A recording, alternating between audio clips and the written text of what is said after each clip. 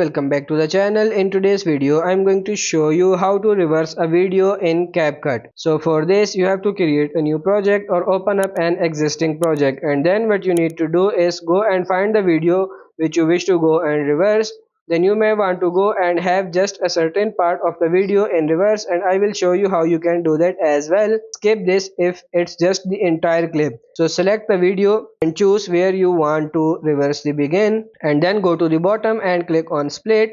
Make sure the video is selected though to get the split option, and then choose where you want to reverse the stop. Now tap on this split again. Once again make sure the video is select, it have the option to split it, and now all we need to do is select the video or the clip you want to reverse. For example, this one is here. Now scroll these options in the bottom until you see this option reverse. Just simply tap on this reverse, and you have to wait a little bit. As you can see, it's reversing the video.